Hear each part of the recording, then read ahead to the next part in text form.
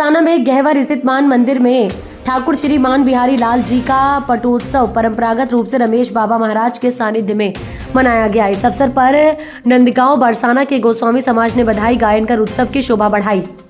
शुक्रवार की प्रातः मान मंदिर में संत रमेश बाबा द्वारा सबसे पहले ब्रह्म मुहूर्त में ठाकुर जी का पंचामृत अभिषेक कराया गया। इसके उपरांत ठाकुर जी को नवीन पोशाक धारण कराई गई।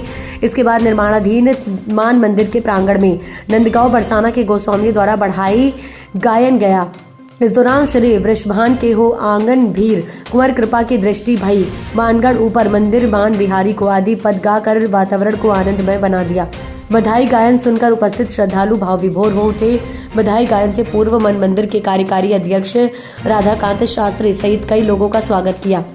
समाज गायन के उपरांत माताजी गौशाला में साधु संत और ब्राह्मणों का विशाल भंडारा आयोजन किया गया, जहां हजारों लोगों ने प्रसाद पाया है। कार्यक्रम में कई लोग उपस्थित रहे।